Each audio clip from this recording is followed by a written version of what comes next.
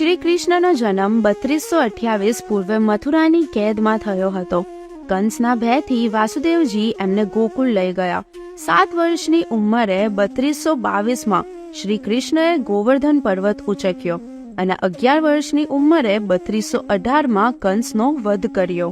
શ્રી કૃષ્ણ મથુરા છોડી દ્વારકામાં નવી નગરી વસાવે છે, કારણ કે કંસના સસરા જરાસંધના આક્રમણો સતત ચાલી રહ્યા હતા. તેમની મથુરાના લોકોને દ્વારકા જવા માટે નિર્દેશ આપ્યો.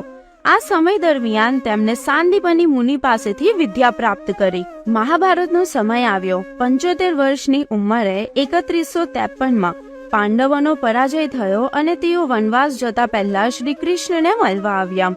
3140માં વનવાસ પૂર્ણ કર્યા પછી પાંડવો પાછા આવ્યા અને દ્વાપર યુગના અંતે 126 વર્ષની ઉંમરે 3102માં શ્રી કૃષ્ણ ભાલકા તીર્થમાં માનવ સ્વરૂપ પૂર્ણ કરીને વૈકુંઠ ગમન કર્યું.